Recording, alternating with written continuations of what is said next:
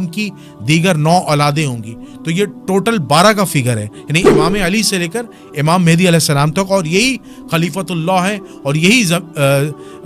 خلیفۃ المسلمین ہے، اور یہی امام ہے، یہی برحق لوگ ہیں، اور اس کے بعد پھر قیامت آئے گی۔ لیکن اہل تشیع اور اہل سنت کے مابین اس حدیث کے معاملے میں 12 خلفاء والی حدیث کے معاملے میں اختلاف ہے۔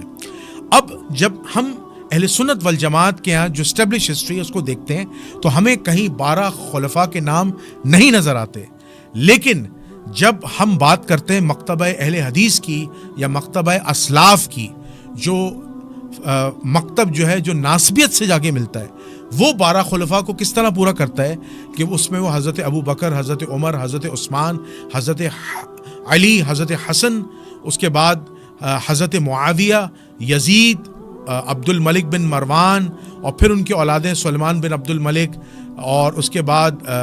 یزید بن عبد الملک، عمر بن عبد العزیز۔ تو یہ اس طرح بنو امیہ کے خلفاؤں کو بھی، ان کے ظالم بادشاہوں کو بھی شامل کر کے 12 خلفاء والی حدیث کو پوری کر دیتے ہیں، اور کہتے ہیں کہ رسول اللہ نے انہی 12 خلفاء کے بارے میں فرمایا تھا، اور یہی قریش سے ہیں، اور دین اس کے بعد جو ہے وہ غالب نہیں رہا، وہ بنو عباس کے پاس چلا گیا۔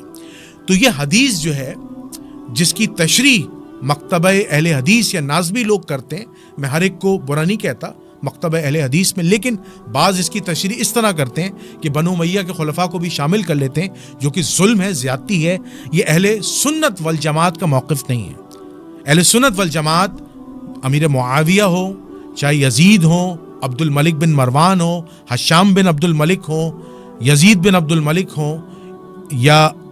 عمر بن عبد العزیز ہو، انہیں 12 خلفاء میں شامل نہیں کرتے۔ ٹھیک ہے، لسٹ کیا ہے؟ لسٹ یہ ہے کہ اہل سنت والجماعت کے پاس حقیقی معنوں میں 12 خلفاء کے نام نہیں ہے، نہیں ہے، نہیں ہے۔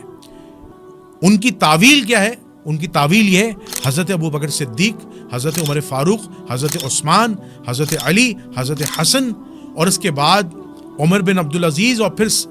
7ویں امام مہدی علیہ السلام، یعنی یہاں جا کے وہ پورا ہو جاتے ہیں۔ تو اب یہاں پر اہل سنت اور اہل تشیع میں اختلاف ہے، لیکن اہل سنت والجماعت جو اب کے جو محققین ہیں وہ اہل تشیع کے جو 12 امام ہیں اس کے متعلق وہ اختلاف رکھتے ہیں کہ رسول اللہ صلی اللہ علیہ وآلہ وسلم نے قرطاس کے موقع پر کوئی اپنے 12 جانشین کا اعلان،